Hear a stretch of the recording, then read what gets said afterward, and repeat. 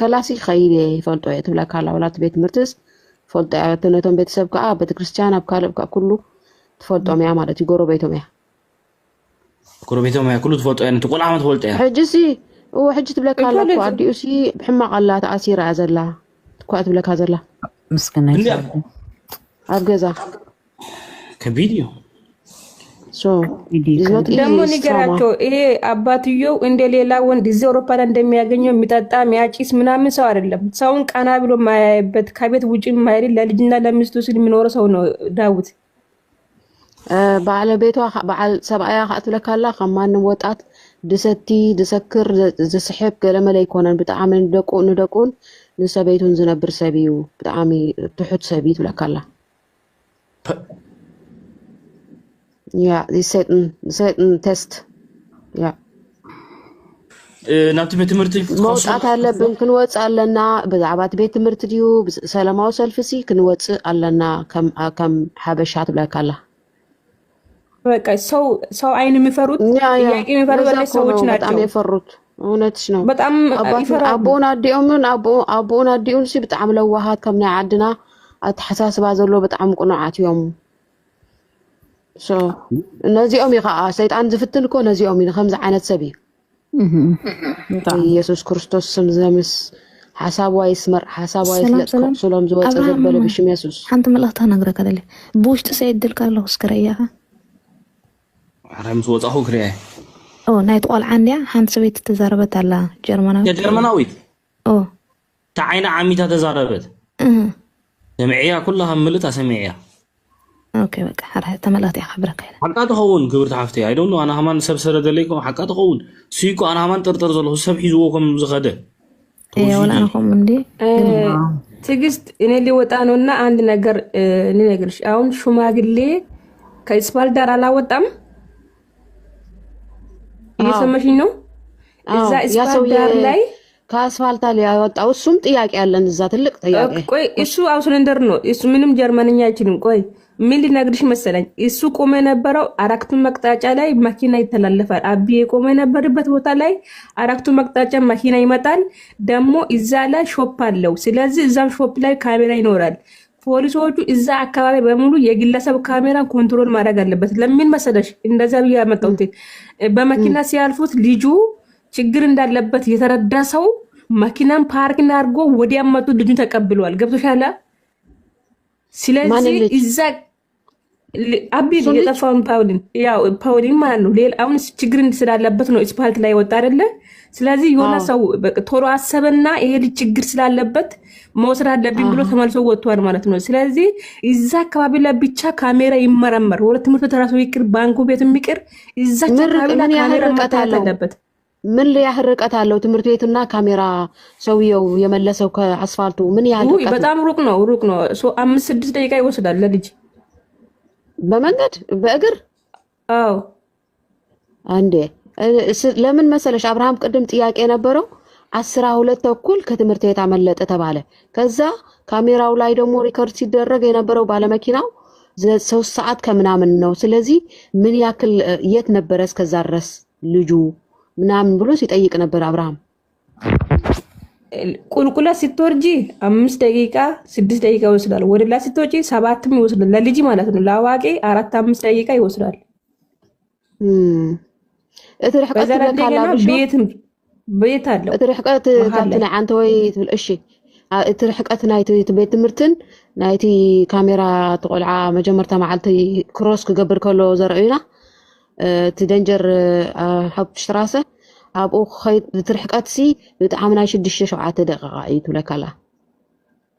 تتصعدها هم ميلادني تتصعدها مثاله تريكورد يا كاميرا أبو سي دكان له كاميرا له ناي برايفت سبات له دكانات له نسوس كفتشو ولهم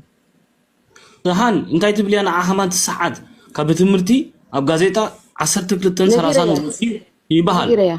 እቲ ዝተቀድሐ ካሜራ ሰዓት 3:30 ነይሩ በልያ ድሕሪ 3 ሰዓት አበይ ነይሩ ነግሪያ እንታይ ትብላላ ሳይጂ ብትሮያን ተወጥሮ መጠየቅ አለበት። የሱ ብትሮያ ምን ማናቸው ናቸው? መጀመሪያ በር ከፈቱት። ገብቶሻል አይደል? እኔን ለምሳሌ ልጅ ጠብቄ ከኔ እጅ ልጅ ከጠፋው በንጋታ ሄጄ ስራ አልሰራም። የዛን ሰዓት ኦኬ፣ የዛን ሰዓት አንድ ሰው አይ ይሄ ልጅ ችግር አለበት ብሎ በመኪና ጭኖ ሊወስዶት ይችላል ብለሽ ታስተያለሽ? ለምን መሰለኝ ልጁ ታየ። ለምንድን ነው እንደዛ አልኩት ታውቂያለሽ? ልጁ ስለማያውቅ ነው። ቁመቱ ደግሞ የ6 የ7 ዓመት ልጅ አይመስልም። 9 ዓመት 10 ዓመት ነው የሚመስለው ቁመት አለው። ስለዚህ ምን አሰቡት? ችግር ስላለበት ተረዱና ማናገር የራሱን መግለጽ ስለማይችል ወሰዱት። በቃ ገብቶሻል አይደል? እንደዛ እና ልጅ ይፈለጋል እዚህ ሀገር ላይ እንደምታዩት። ምን ሊያረጉት ሊያሰቃዩ ወይ ሊያሰቃዩት እንደገና ሃይማኖት አልባ የሆኑት እንደራሳቸው አርጎ ምን ሊያሳድጉት ይፈልጋሉ። እውነት ነሽ። ተትብለካላ በቃ ካብት መንገድስ አነ ጥርጥሮ ኢላትካ ሽዑ ግዜ ሻዓ መዓልትሲ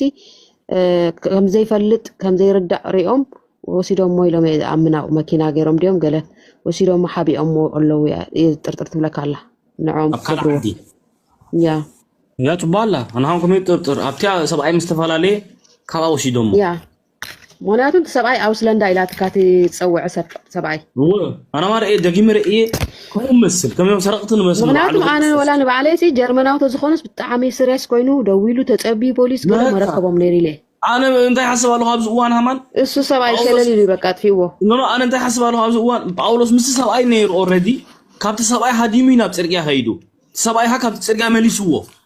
ከምኡ ኢሉ ኣነ ሓስብ ኣለኹ ኣብዚ እዋን ሃማን ፈልጦ ነይሩ ካብኡ ሃዲሙ ናብ ፅርግያ ከይዱ ተሰብኣይ ሃ መሊስዎ ተሰብኣይ ኮፈልጥ ኣይነበረን ቅዳሕ ከም ዘሎ ኣጋጣሚ ተቀዲሑ ተረድጊ ድሕሪኡ ከይዱ ክመልሶ ጳውሎስ ካብኡ ሃዲሙ ነይሩ ኣነ ሕጂ ከምኡ ዝሓስብ ስለንታይ ተረሂዮ ሃማን ጳውሎስ ምስ ሓገዞ ኣብቲ ፅርግያ ምስ ከዱ ጳውሎስ ብኢዱ ከምዚ ኢልዎ ሰምታኹም ኢልዎ ተረድጊ ይፈልጦ እዩ ፈሪሑ ካብ መኪና ወሪዱ ነግረኩም ብድሕሪኡ ካሲ እቲ ሰብኣይ ቅድሚ ገፁ ምሽፋኑ ኢና ርኢና ነርና ዳሕራይ ግን ገፁ ሸፊኖም ኣምፂኦሞ እቲ ስእሊ ከዓ ያሱ ንዕኡ ዝሻሃይት ንዕኡ ከምኡ ኣይግበርን እንድዩ ዝኾነ ነገር ሓበሬታ ዝበካ ዝመፀ ሰብ ቴሌፎን ወላይ ትዛረበን ኢኻ ካበይ መፂካ ምን መስኪሩ እዚ ሰብኣይ ኢድ ኣለዎ እዚ ሰብኣይ ንባዕሉ ኢድ ኣለዎ ብድሕሪ ሰብኣይ ብፖሊስ ዓይኒ ብለኪ ብፖሊስ ዓይኒ ብናተይ ዓይኒ ግን ኣነ ንዕኡ ብጣዕሚ ይደልዮ ነይረ ኣነ ከም ሰብ ኣነ ከም ወደይ ወይ ከዓ ከማዶ ነቲ ሰብኣይ ኣነ ይደልዮ ይሓቶ ብሕጊ ይሓቶ እዚ ሰብኣይ ኢድ ኣለዎ እዚ ሰብኣይ ናብ ፖሊስ ታይብሉኺ በቃ ሱሲ ኣመሓላሊፉ እዩ መልእኽቱ በቃ መንገዲ ረኺብዎ ፀዊዕዎም ገለምታቶም ሓሊፎሞ ብሓቂ ሰው መደወለ ናብ ፖሊስ ሸዓ መደወለ መሓዝዎ ምረኸብዎ ንጳውሎስ ኣብቲ ማእኸል ከተማ ፖሊስ ኣብኡ እዩ ሕጂ ገና ፖሊስ ካብኡ ክንደይ ደቂቕ ፖሊስ ስቴሽን በልያ ካብቲ ፅርግያ 5 ደቂቕ ትብለክያ ክንዲ ደቂቃ ካብቲ ኣስፋልትን ካብቲ ሻርዕ ናብቲ ከመንገዱ ከኣስፋልቱ ወደ ናብ ፖሊስ ስቴሽን ስንት ርቀቱ ምን ያክል ይሆናል? አረ 5-6 ደቂቃ ነው። በቃ እዛው በዛ ነው። ከተማ አጭር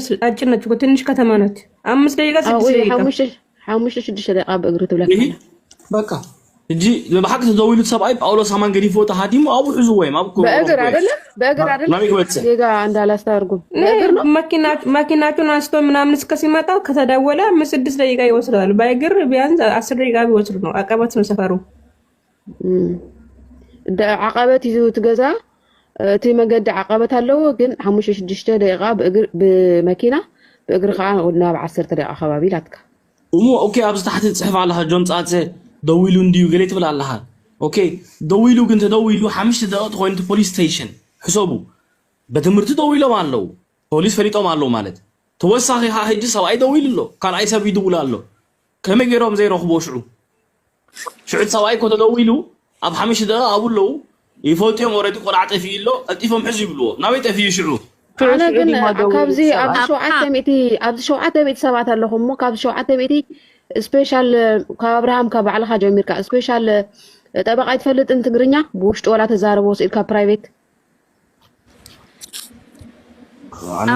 ዝታት ሓበሬታት ትወስድካ ሓትት ክሊ ኣነ ኮ ካብ መጀመርታ ነቶም ስድራኮም መልእኽቲ ሰዲድ ዘሎም ኮ ሶም ግን ወላ ሓንቲ ሃይ ስለ ዘይገበሩ ኣነ ኮ መልእኽቲ ሰድድ ነይረ ናቶም ሮዚና ይበሃል ኣብ ተረኔ ተወሊደ ኣብዚ ኣዲስ ኣበባ ብስራተ ገብርኤል ኣብኡ ይሰርሕ ነይረ ኣብ ፅርግያ ብስራተ ገብርኤል እንዳስራሕ ከለኹ ኣጋጣሚ ኮይኑ እዛ ቆልዓ እዚኣ ወሊዳ እዛ ቆልዓ እዚኣ ክወልድ ከለኹ ኣብ በረንዳ እየ ወሊደያ ንጓል ኣብ በረንዳ ወሊደያ ኣብ በረንዳ ይድቅስ ነይረ ኣብ ቁሪ ኣብ ኩሉ ድቅስ ነይረ በቃ ብሕሱም ምድቃስ እሳውን እግራ ሓንቲ እግራ ሓፂራትኒ እዛ ጓለይ እግራ ሓሚማትኒ ኣነ እውን ከምኡ ብሓንቲ ጎነይ ስልድቅስ ኣነ ባዕሉ ሓንቲ እግረ ብጎነይ ዝኸይድ ኣነ ሕጂ ባዕሉ ብጎነይ ዝኸይድ እዛ ጓለይ ምስ ሓመመትኒ ፍቐዱ ቤተክርስትያን ሓዚለያ እንዳኸድኩ ይልምን ነይረ ቤተክርስትያን ከይደ ክልምን ከለኩ ሰምዓይ ኣይበንን ነፍሰይ እንዳርኣይ ሰብኣይ ተኽፈለይ ሰብኣይ ይበንን ነፍሰይ ገጃው ስለዝኾንኩ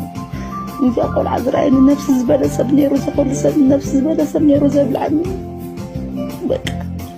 ህይወተይ ከምዚኣ ትመስል ነይራ ካብ ዝገርመኩም ነገር ሕዋተይ እዛ ቆልዓ ንባዕሉ ከመይ ከም ዝወለድክዋ ንባዕሉ ኣይፈልጥ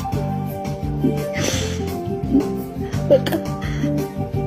برندا دقس كله بقى سكول صدام سكول قرن داش مكفار أنا كله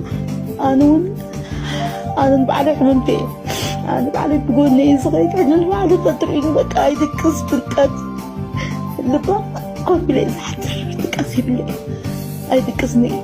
كوفي محل أخوي حضر حواتي خافت زنبركو خافت قنش خافت كمال كوفي لازم برندا خافت زنبركو أو شيء أبي يلكم نبلكم بتعمي زي مسجنكم زي مهواتي حجق عمان عدن السخم يخم زلكم نعمل دا خيط سبي بالليل أنا سبي السخم يخم سلو ولادي كتب العواتي حقزني بالله بمارة زاقوا علي كتبلو قولي زحتك علي تعلو ليبلكم ألقم حواتي نعمل خيط سبي